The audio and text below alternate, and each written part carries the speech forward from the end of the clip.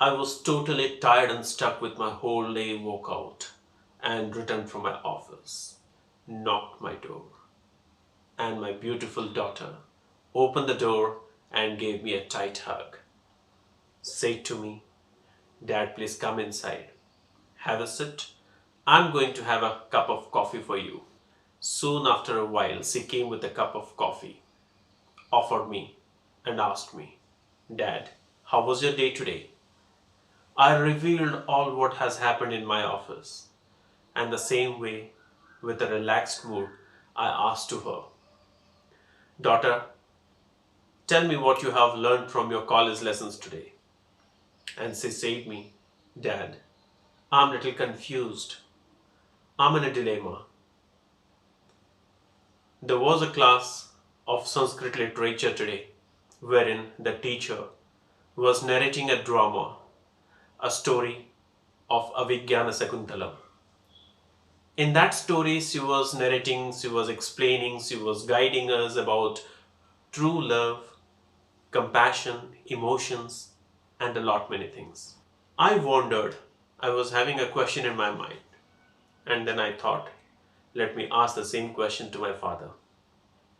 So she asked me the question, said to me, Dad, how to find a perfect match?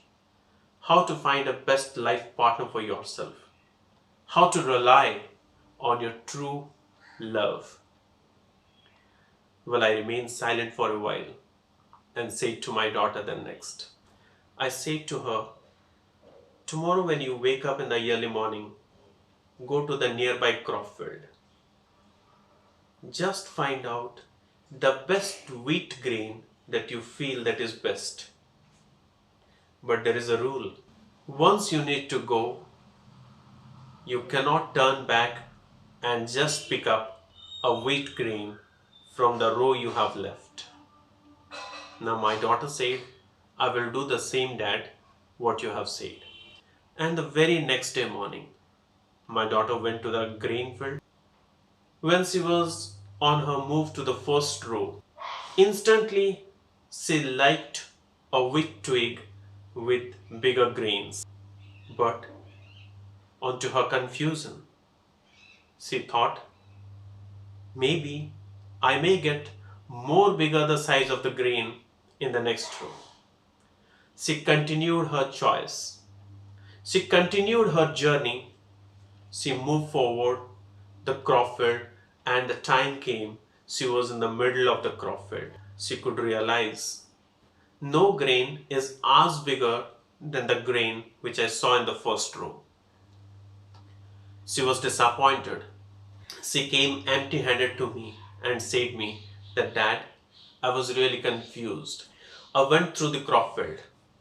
I have gone up to the middle of the crop field, but I was not satisfied with any of the grains. In fact, I could realize that the grain which I have marked first in the first row was the suitable one. I didn't say her much. I said, Daughter, it's time for your college. You should move right now. Let me also get prepared for my office. Now it was today when I came again with a tired, stuck mood to my home, knocked my door. My daughter again came, gave me a tight hug and said, Dad, come and sit. I'll have a cup of coffee for you. I asked the same question to my daughter when she was sitting in front of me. That, daughter, what you learned from today's lesson? And now she said, Dad, before I say you what I learned from today's lesson in the morning, I'd like to reveal you something today. In today's lecture, the teacher was having another legendary story of Rishi Kanya Apala. There she was explaining about the purity, piousness of a marital life. I got again confused. I couldn't understand whether to find a perfect match for you is really good, or to find a person to whom your parents have decided for you. I'm confused about a marital life. the purity, the piousness, the love, the emotions, the sentiments of a marital life. She asked me a question again. She said, "Oh, Dad, why do people get married to someone else to whom they don't love?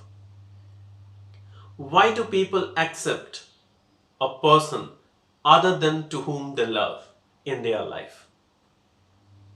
Now I say to my daughter, "Look, my dear, it's late evening. Tomorrow morning, when you are waking up, go to the cornfield nearby to our home. Search the best corn this time." Without deviating with my words, my daughter said, "Dad, I will do the same and come back to you, this time with a beautiful corn." The very next day morning, she woke up and she went to the cornfield. In the first row, she was not satisfied. The second row, she was not satisfied. She moved on to the middle of the cornfield. She picked one medium corn to which she was satisfied and returned back to home with that corn. And after returning, she described the whole story that how she has chosen that corn.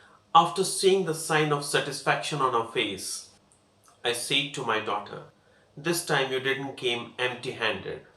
At least you have chosen a corn to which you are satisfied, to which you could feel that this could be the best choice, and you brought it with you."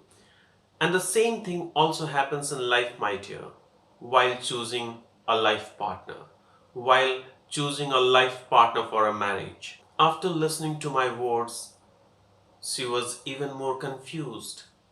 By seeing the folds of confusion on her face, I said to her, "Sweetheart, what has happened? What is bothering you again?" And she said, "I wondered which would have been better, marrying a person to whom you love or loving a person to whom you marry."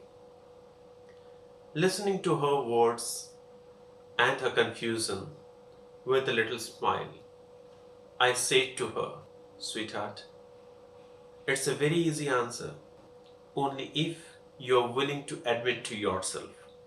If you consider life as a basket of fruits, and from that basket of fruits, either you have a choice of the fruit to which you love the most, or be content with the fruit which is healthy. Choose wisely, or else you may have to spend your whole life wondering, what if, what if, what if.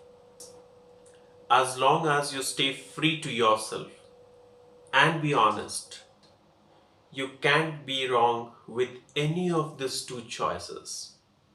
Choice is yours, decision is yours. I hope, my dear friends, you have understood the real moral of the story.